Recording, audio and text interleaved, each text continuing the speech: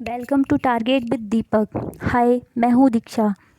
Recently मैंने PCS 2018 का mains exam दिया है। मैं दीपक सर के साथ मिलकर जीएस पोर्शन को कंप्लीट कराऊंगी और इस जीएस के पोर्शन को हम यूपीएससी लेवल तक कंप्लीट करेंगे। आप चैनल को लाइक करें और अपने दोस्तों के साथ शेयर भी करें, जिससे कि उनको भी अच्छा कंटेंट मिल सके। और आप चैनल को सब्सक्राइब भी करिए और बेल आइकन को भी प्रेस करें ताकि आपको लेटेस्ट वीडियो की नोटिफिकेशन मिल सके। चलिए, आज हम एनसीईआरटी के 6 क्लास के एनसीईआरटी के चैप्टर नंबर 6 को पढ़ेंगे, जिसका नाम है पृथ्वी के स्थल रूप। देखिए, पहले मैं आपको दिखा देती हूँ कि स्थल रूप कैसा है पृथ्वी का, जिसमें क्या क्या आता है। इसमें आते हैं सबसे पहले मैदान, जो कि इसका काफ़ी बड़ा भाग है। मैदान, नदियाँ, झील, पठार, पर्वत, पर्वत श्रृंखला, पहाड़ी, ये सब पृथ्वी के स्थल रूप हैं। चलिए अब चैप्टर के शुरू में चलते हैं। स्थल मंडल, इसी स्थल रूप को स्थल मंडल कहते हैं। इसके कुछ भाग ऊंचे नीचे होते हैं और कुछ भाग समतल होते हैं। ये स्थल रूप दो प्रक्रियाओं के परिणाम स्वरूप बनते हैं। आपको बता देते हैं ये दो प्रक्रियाएं कौन कौन सी होती हैं। एक तो होती है आंतरिक प्रक्रिया। अब आंतरिक प्रक्रिया कहाँ होती है? पृथ्वी के अंदर होती है, जिसकी वजह से पृथ्वी की सतह कहीं कहीं तो ऊपर उठ जाती है, कहीं नीचे की तरफ धंस जाती है और उसी के आधार पे अलग अलग स्थल रूप बन जाते हैं। जैसे अगर पृथ्वी की सतह थोड़ी सी धंसी तो वहाँ पे ऊपर से अगर जल आ और बराबर में थोड़ी सी उठी तो जो उठेगी उससे पर्वत और पठार बन जाएंगे। और जो नीचे को धंसी है, पर्वत पठारों पे बर्फ़ जम जाती है क्योंकि वो ऊंचे भाग होते हैं और वहाँ की जलवायु के अकॉर्डिंग अगर वहाँ बर्फ़ होती है तो उससे नदियाँ निकलती हैं और नीचे की तरफ बहने लगती हैं। तो जो नीचे वाला धंसा हुआ जो पृथ्वी का वो रूप था, वहाँ पर नदियाँ बन गईं, झील बन गईं, और जो उठा हुआ था वहाँ पर्वत और पठार जैसी स्थलाकृति बन जाती हैं। और दूसरी प्रक्रिया थी बाह्य प्रक्रिया। जो बाह्य प्रक्रिया होती है स्थल के लगातार बनने और टूटने की प्रक्रिया है। पृथ्वी की सतह के टूटकर घिस जाने को अपर्दन कहते हैं। अपर्दन क्या होता है? अपर्दन मतलब किसी चीज़ का टूट जाना या घिस जाना, कम हो जाना। और अपर्दन की क्रिया के द्वारा सतह नीची हो जाती है। जैसे अगर पानी बह रहा है तो वो बहता चला जाएगा, बहता जा रहा है तो वहाँ से मिट्टी हट जा रही है और हटने से वो गहरी होती जा रही है, तो गहरी नदियों का निर्माण हो जाता है। शुरू में वहाँ हल्का हल्का पानी बह रहा होता है और लगातार वही अपर्दन होने से गहरी नदियाँ बन जाती हैं। और दूसरी प्रक्रिया जो होती है वो होती है निक्षेपण की प्रक्रिया। निक्षेपण मतलब इसका एक और अर्थ है बिछा देना। ये प्रक्रिया भी नदियों के द्वारा होती है। जैसे नदियों से या कहीं से भी जहाँ से जल आ रहा है तो वो अपने साथ जिस रूप जैसे भी स्थल से होकर आ रहा है, जैसे पर्वतों से जल बह रहा है तो वो पर्वतों को अपर्दित करते हुए नीचे लाएगा जहाँ भी आ रहा है। और अगर समतल मैदान में बह रहा है तो वो वहाँ से आगे को लेके जाएगा, मिट्टी को काटते हुए, अपर्दित करते हुए।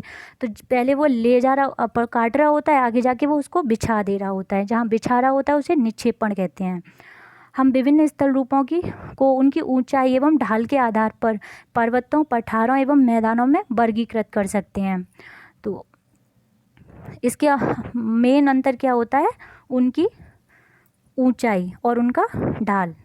ठीक है, अब हम सबसे पहले डिस्कस करेंगे पर्वतों को। पर्वत पृथ्वी की सतह की प्राकृतिक ऊंचाई है। पर्वत का शिखर छोटा और आधार चौड़ा होता है। ये आसपास के क्षेत्र से बहुत ऊंचा होता है। कुछ पहाड़ बादलों से भी ऊंचे होते हैं। जैसे जैसे आप ऊंचाई पर जाएंगे वहाँ की जलवायु भी ठंडी होती जाती है। कुछ पर्वतों पे हमेशा जमी रहने वाली बर्फ़ की नदियाँ होती हैं और उनको क्या कहते हैं? हिमानी। ऐसा क्वेश्चन आ जाता है एग्ज़ाम्स में कि हिमानी किसे कहते हैं? तो हिमानी बर्फ़ की नदियों को कहते हैं।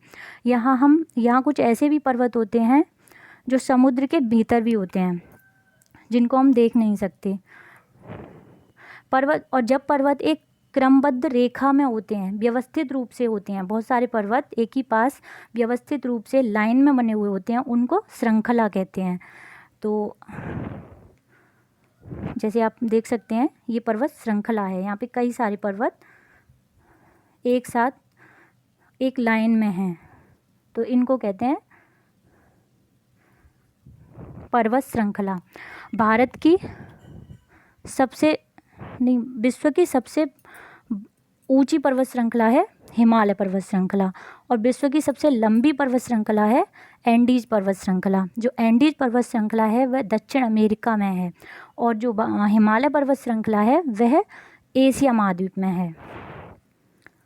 और पर्वत की सबसे ऊंची विश्व की सबसे ऊंची पर्वत चोटी कौन सी है? वह है माउंट एवरेस्ट, जिसकी ऊंचाई है 8,848 मीटर। भारत की सबसे ऊंची पर्वत चोटी है गॉडविन ऑस्टिन K2। ये एग्जाम के पॉइंट ऑफ व्यू से बहुत इंपॉर्टेंट है। इस तरह से क्वेश्चन पूछ लिया जाता है कि विश्व की सबसे ऊंची पर्वत चोटी कौन सी है, तब हम आंसर करेंगे माउंट एवरेस्ट। और भारत की सबसे ऊंची पर्वत चोटी कौन सी है? वह है गॉडविन ऑस्टिन K2, जिसको K2 भी बोलते हैं। अब हम पर्वतों के प्रकार को डिस्कस करेंगे।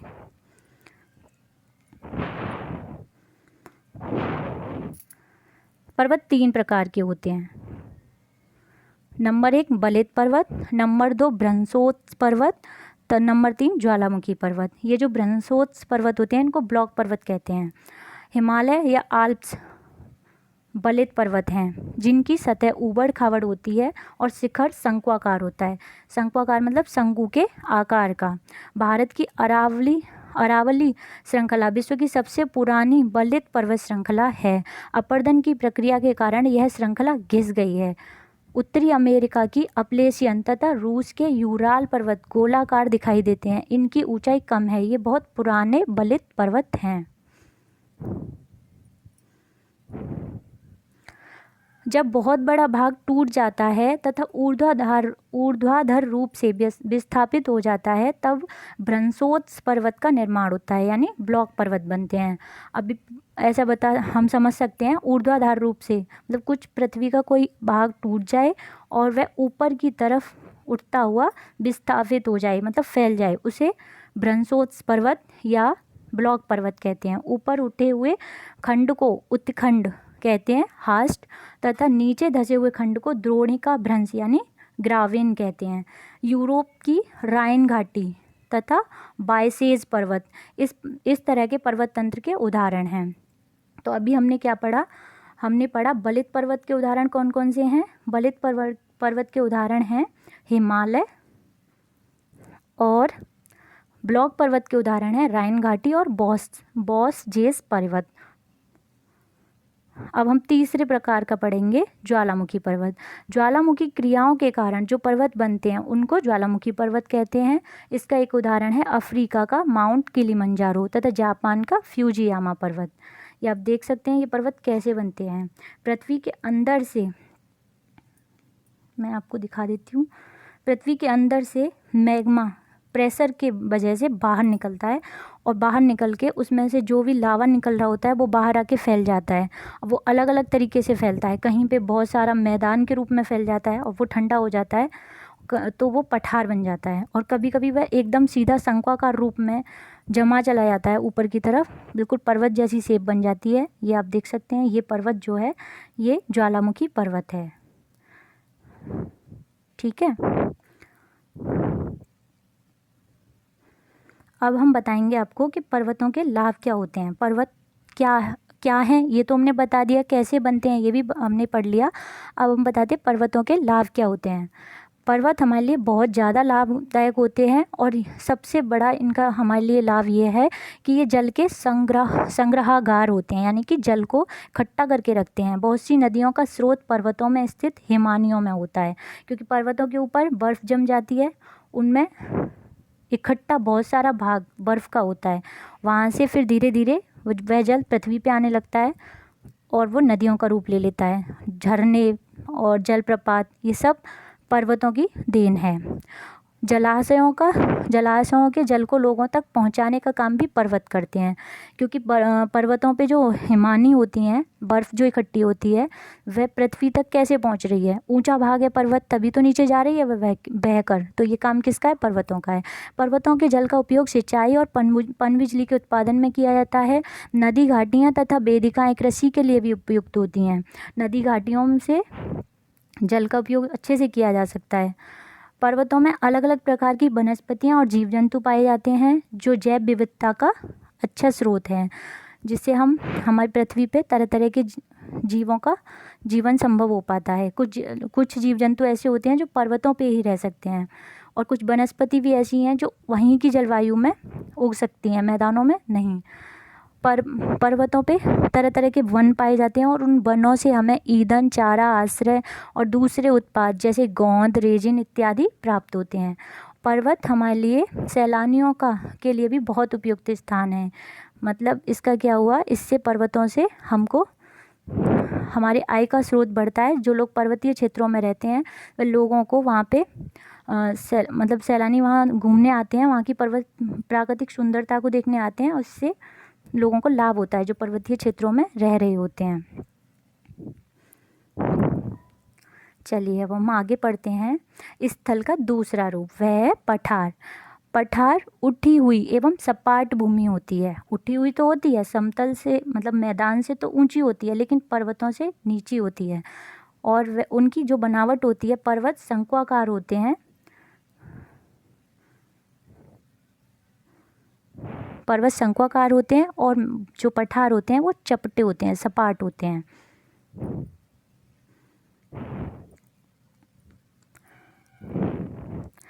पठार उठी हुई एवं सपाट भूमि होती है, जैसे मेज के समान होता है। इसका जो ऊपरी भाग होता है वह मेज के समान होता है। मैंने अभी आपको बताया कि पठार सपाट होते हैं। जैसे मैं आपको एग्जांपल बता देती हूँ। भारत में दक्कन का पठार पुराने पठारों में से एक है। केन्या और तंजानिया तथा युगांडा का पूर्वी अफ्रीकी पठार एवं ऑस्ट्रेलिया का पश्चिमी पठार इस प्रकार के उदाहरण हैं। तिब्बत का पठार विश्व का सबसे ऊंचा पठार है। तो ऐसे क्वेश्चन एग्जाम्स में आ जाते हैं कि सबसे ऊंचा पठार कौन सा है। उसमें आपको ऑप्शन दे देंगे केन्या का, तंजानिया का और दक्कन का पठार, और एक ऑप्शन में दे देंगे तिब्बत का पठार। तो हम टिक कर देंगे तिब्बत का पठार। पठार भी बहुत उपयोगी होते हैं। इनका उपयोग पर्वतों से अलग होता है। ये क्या क्या होता है अभी डिस्कस करते हैं। विश्व के बहुत से खनन क्षेत्र पठारी क्षेत्रों में ही पाए जाते हैं। यह खनिजों की प्रचुरता यहाँ पाई जाती है, इसीलिए खनन यहाँ पे ज़्यादा होता है। खनन मतलब पृथ्वी को खोदकर, पठारों को खोदकर मूल्यवान चीज़ों को बाहर निकालना। वो कौन कौन सी चीज़ें होती हैं, जैसे सोना, हीरा। सोना और हीरा सबसे ज़्यादा कहाँ निकाला जाता है, अफ्रीका के पठारों में से। भारत में छोटा नागपुर के पठार से निकाला जाता है लोहा, कोयला एवं मैग्नीज। यहाँ पे इनका बहुत बड़ा भंडार पाया जाता है। पठारी क्षेत्रों में बहुत से जलप्रपात हो सकते हैं। अब इस तरह से भी क्वेश्चन बन सकता है कि जलप्रपात कहाँ पाए जाते हैं, पठारी क्षेत्रों में पाए जाते हैं। भारत का सबसे बड़ा जलप्रपात कौन सा है, जोग जलप्रपात, जिसको गारसोप्पा भी कहते हैं वहाँ की लैंग्वेज में। गारसोप्पा या जोग जलप्रपात जो कर्नाटक में पाया जाता है। कर्नाटक का क्षेत्र पठारी क्षेत्र है। भारत में छोटा नागपुर पठार पर स्वर्णरेखा नदी पर स्थित हुंडरू जलप्रपात तथा कर्नाटक में जोग जलप्रपात इस प्रकार के जलप्रपातों के उदाहरण हैं जो पठारों से निकले हैं। और इन पठारों पे पठार में लावाओं से निर्मित जो पठार होते हैं, क्योंकि ज्वालामुखी से पर्वतों का निर्माण होता है, उसी तरह पठारों का भी निर्माण होता है। पठारों मतलब ज्वालामुखी से के लावा से जो पठार बनते हैं उनमें काली मिट्टी की प्रचुरता पाई जाती है, जो कि बहुत ही अधिक उपजाऊ होती है और खेती के लिए बहुत अच्छी होती है। उसमें एक विशेष प्रकार की फसलें जैसे कपास की खेती काली मिट्टी में ज़्यादा अच्छे से होती है, और काली मिट्टी कपास के लिए विश्व प्रसिद्ध है। भारत में ये क्षेत्र कौन सा है, यह है गुजरात, महाराष्ट्र और कर्नाटक का। इससे सूती वस्त्र उद्योग को बढ़ावा मिलता है। इस प्रकार ये पठार हमारे लिए बहुत ही लाभदायक हैं। अब हम तीसरा स्थल रूप को पढ़ेंगे जो है मैदान।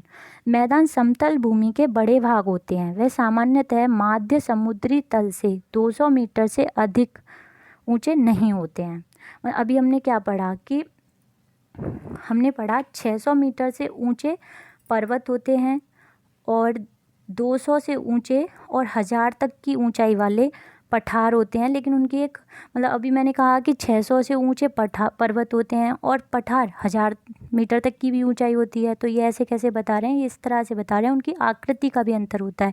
कुछ पर्वत कैसे होते हैं, शंक्वाकार होते हैं, जिनकी नुकीली चोटी होती है, और उनकी पठारों की चोटी कैसी होती है, चोटी नहीं होती है उनकी, मेज जैसे सपाट होती है, उनका जो ऊपरी भाग होता है।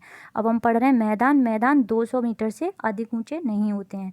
कुछ मैदान काफ़ी समतल होते हैं और कुछ तरंगित या उर्मिल होते हैं। तरंगित या उर्मिल का अर्थ है थोड़े थोड़े लहरों जैसे ऊंचे नीचे टाइप, लेकिन बहुत ऊंचे नीचे नहीं होते, हल्के हल्के।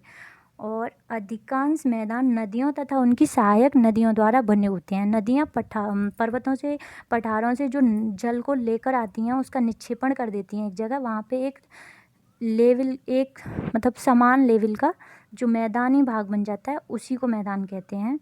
नदियाँ पर्वतों के ढालों पर नीचे की ओर बहती हैं तथा उन्हें अपर्दित करती हैं, मतलब काटती हैं, पर्वतों को या पठारों को काटती हैं और वे अपर्दित पठारों को अपने साथ आगे की ओर ले जाती हैं और अपने साथ ढोए जाने वाले पदार्थों को फिर छोड़ती जाती हैं। ये होते हैं पत्थर, बालू, सिल्ट। इनको वे घाटियों में निक्षेपित कर देती हैं, यानी बिछा देती हैं। इन्हीं निक्षेपों से मैदानों का निर्माण होता है। अब हम आपको बताएंगे कि मैदानों के क्या लाभ हैं। मैदानों की जो भूमि होती है वह बहुत अधिक उपजाऊ होती है। सबसे पहली बात, उपजाऊ है तो वहाँ पे कृषि होगी और मानव जीवन अच्छे से मनुष्य जो है वहाँ पे रहेंगे तो अच्छे से जीविकोपार्जन कर पाएंगे कृषि करके। दूसरा है कि यहाँ पे परिवहन अच्छे से हो पाता है। परिवहन के साधनों का निर्माण आसान हो जाता है क्योंकि ऊंचा नीचा नहीं है, सड़क अच्छे से बन पाएंगी और भी जैसे रेल की लाइन अच्छे से बन पाएंगी। लोग आने जाने में सुविधा का अनुभव करते हैं। इसीलिए मैदान विश्व के सबसे अधिक जनसंख्या वाले भाग होते हैं। जनसंख्या कहाँ रहेगी? जहाँ सुविधा से रह पाए, जिसको जीविकोपार्जन की ऐसी दशाएं मिल पाएँ वहीं तो रहेगी। और नदियों के द्वारा बनाए गए कुछ बड़े मैदान एशिया तथा उत्तरी अमेरिका में पाए जाते हैं। एशिया में स्थित भारत में गंगा एवं ब्रह्मपुत्र का मैदान तथा चीन में यांगत्से नदी का मैदान इसके प्रमुख उदाहरण हैं। मैदान मनुष्यों के रहने के लिए सबसे ज़्यादा उपयोगी होते हैं और इसीलिए यहाँ पे जनसंख्या ज़्यादा निवास करती है, क्योंकि यहाँ मकान अच्छे से बन पाते हैं, खेती हो पाती है, समतल भूमि की प्रचुरता होती है, तो वह अपने उपयोग के अकॉर्डिंग उस भूमि का अपने मतलब ज़रूरतों के हिसाब से अपना उपयोग कर लेते हैं उसका। स्थल रूप एवं लोग। अब हम अगला टॉपिक पढ़ेंगे कि स्थल रूप और लोग यानी कि मनुष्य। स्थल रूपों की विभिन्नता के अनुरूप ही मानव विभिन्न प्रकार से जीवन यापन करते हैं। पर्वतीय क्षेत्रों का जीवन कठिन होता है। मैदानी क्षेत्रों का जीवन पर्वतीय क्षेत्रों की तुलना में सरल होता है। मैदानों में फसलें उगाना, घर बनाना या सड़कें बनाना पर्वतीय क्षेत्रों की तुलना में अधिक आसान होता है। अभी मैं आपको ये सब कुछ बता चुकी हूँ कि मैदानी क्षेत्रों में क्या क्या सुविधाएं होती हैं। वहाँ पे कृषि की सुविधाएं होती हैं, हम मकान बना सकते हैं, समतल भूमियाँ उसका हम अपनी ज़रूरतों के हिसाब से उपयोग कर सकते हैं। लेकिन पर्वतों पे मैदानों की अपेक्षा बहुत कठिनाई होती है। लेकिन ऐसा नहीं है कि पर्वतों पे लोग नहीं रहते हैं, लेकिन उतने नहीं जितने कि मैदानों में रहते हैं।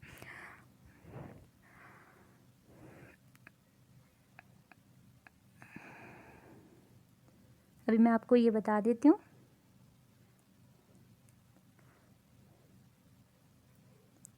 इनका अंतर मैंने आपको बता दिया है कि पर्वतीय क्षेत्रों में और मैदानों में रहने का अंतर क्या क्या है। और प्राकृतिक आपदाएं भी पर्वतीय क्षेत्रों में ज़्यादा आती हैं, जैसे भूकंप, ज्वालामुखी उद्गार, तूफान या बाढ़। जैसे समुद्री किनारों पे लोग रह रहे हैं जहाँ पे वहाँ पे इतने अच्छे से नहीं रह पाते हैं क्योंकि वहाँ पे प्राकृतिक आपदाएं ज़्यादा आती हैं। और मैदानी क्षेत्रों में अपेक्षाकृत इनका आना कम रहता है। ठीक है, तो हमारा चैप्टर कंप्लीट हुआ। मैं आपसे रिक्वेस्ट करूँगी कि चैनल को सब्सक्राइब करें, ज़्यादा से ज़्यादा शेयर करें और लाइक करें। धन्यवाद।